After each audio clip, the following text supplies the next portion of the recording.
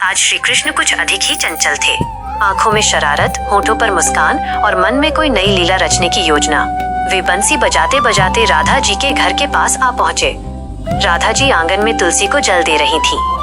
कृष्ण की बंसी सुनते ही उनके होठों पर हल्की मुस्कान आ गई, पर मन ही मन उन्होंने निश्चय किया, आज मैं कृष्ण की शरारत सहन नहीं करूंगी। कृष्ण ने जानबूझकर बंसी की तान कुछ ऐसी छेड़ी कि राधा जी का ध्यान भंग हो जाए। राधा जी ने जल चढ़ाना रोका और आंखें तरेरते हुए बोली, कान्हा, क्या तुम्हें कभी चैन नहीं मिलता? हर समय बंसी, माखन और शरारत। कृष्ण हंसते हुए बोले, राधे, अगर बंसी न बजे तो वृंदावन सूना लगे, और अगर तुम्हारी डांट न मिले तो मेरा मन उदास हो जाए। राधा जी ने रूठते हुए मुंह फेर लिया, तो आज उदास ही रहो, जाओ अपनी गोपियों के पास। यह सुनते ही कृष्ण ने नाटक करते हुए गहरी सांस ली। अरे, आज तो राधा ने मुझे पराया कर दिया।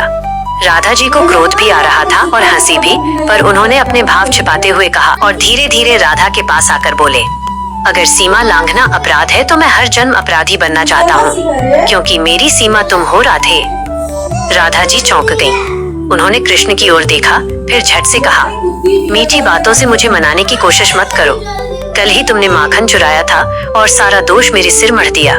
कृष्ण ने भोला सा चेहरा बनाते हुए कहा, मैंने तो माखन तुम्हारे लिए चुराया था, तुम्हारे बिना माखन भी फीका है। अब राधा जी का क्रोध कुछ कम हुआ, पर उन्होंने हार मानने से इनकार किया।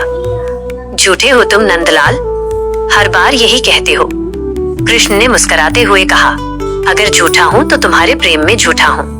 दोनों के बीच ये मीठी नोक-झोंक सुनकर आसपास की गोपियां मुस्कुरा रही थीं। उन्हें पता था कि ये लड़ाई नहीं, प्रेम की सबसे सुंदर भाषा है। राधा जी ने अचानक कहा, अच्छा, अगर तुम सच में दोषी हो तो दंड स्वीकार करो। कृष्ण ने तुरंत सिर झुका दिया। जो आज्ञा राधा रानी। राधा जी ने शरारती मुस्कान के साथ कहा, आज पूरे दिन तुम बंसी नहीं बजाओगे। यह सुनते ही कृष्ण का चेहरा ऐसा हो गया जैसे यमुना सूख गई हो। ये तो बहुत कठोर दंड है। राधा जी ने हंसते हुए कहा, जैसा कर्म वैसा फल। कृष्ण ने थोड़ी देर सोचा, फिर बोले, ठीक है, लेकिन एक शर्त पर। राधा जी, कौन सी शर्त? कृष्ण, अगर मैं बंसी नहीं बजाऊंगा तो तुम मेरी बंसी बनोगी। राधा जी शर्मा गईं। उनका क्रोध पूरी तरह पिघल गया। उन्होंने धीरे से कहा, कान्हा, तुम कभी नहीं सुधरोगे। कृष्ण ने प्रेम भरी दृष्टि से देखा, और तुम कभी मुझसे रूठ नहीं पाओगी। फिर क्या था? राधा जी हंस पड़ी। उनकी हंसी में वृंदावन खिल उठा। कृष्ण ने बिना बंसी बजाए ही ऐसा प्रेम रचा कि सारा वातावरण झूम उठा। ये मीठी लड़ाई हार जीत की नहीं थी, ये दो आत्माओं के प्रेम का उत्सव थी, जहाँ राधा का रूठना भी कृष्ण के लिए वरदान था और कृष्ण की शरारत भी राधा के प्रेम की पहचान।